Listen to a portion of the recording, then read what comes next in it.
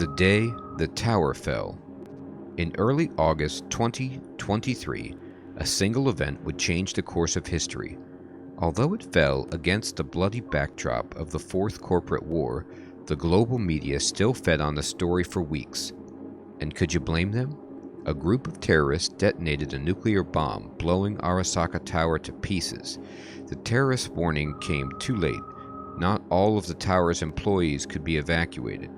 The blast itself killed and wounded thousands, while countless others died from radiation sickness. How did the biggest terrorist attack in the 21st century happen? Who was behind this catastrophe? To find the answers, we'll need to first understand the context of that era. The early 2020s was a period of unrest for Night City, and anti-corporate sentiment was at an all-time high. In the epicenter of the city's lawlessness stood the Atlantis Club.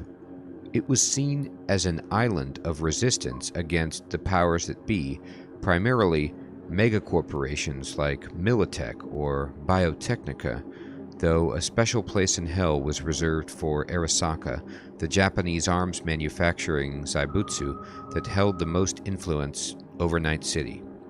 The kinds of people who frequented the Atlantis felt that corporations had hijacked the future and turned people into consumer slaves and, ironically, deprived of the two things capitalism loved most, freedom and choice. These people called themselves edge runners. They positioned themselves against the corporate world order. They declared their own freedom and opposition to the status quo, but deprived of any peaceful way to meaningfully change what they called the system. They reached for more radical methods of self-expression, and these people were no strangers to violence. Wow. So, it looks like people were not rebelling against governments per se, but corporations themselves. And the parallels between the attacks on the World Trade Center towers are blatant here, but a nuclear bomb is a bit of a different animal. And it's interesting that, people had to resort to violence to make their voice heard, but the tone of this seems to suggest that Arasaka is,